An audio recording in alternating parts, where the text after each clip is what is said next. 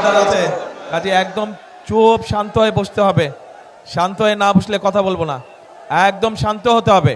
শান্ত না হলে তাহলে কথা বলবো না। এই তাহলে আমি বসে গেলাম, কোনো কথা বলবো না।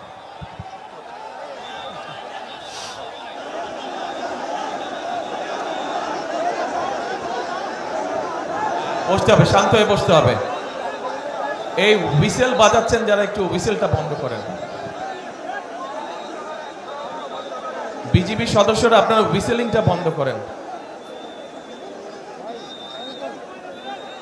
বিসমিল্লাহির রহমানির রহিম। আজকের এই নির্বাচনী জনসভার সম্মানিত সভাপতি, মঞ্চে উপস্থিত ফেনী, নোয়াখালী, লক্ষ্মীপুর 3 জেলার নেতৃবৃন্দ, উপস্থিত নেতৃবৃন্দ, আমার সামনে মাঠে এবং মাঠের বাইরে উপস্থিত মুরব্বীবর্গ, উপস্থিত এলাকাবাসী, প্রিয় সহকর্মীবৃন্দ, ভাই ও বোনেরা, আসসালামু আলাইকুম। আসসালামু আলাইকুম। কেমন আছেন সবাই? আচ্ছা, আজকে এই যে বহু বছর পরে ফেনীতে এসেছি আমি, আজকে সকালে আমার প্রথম মিটিংটা ছিল চট্টগ্রামে।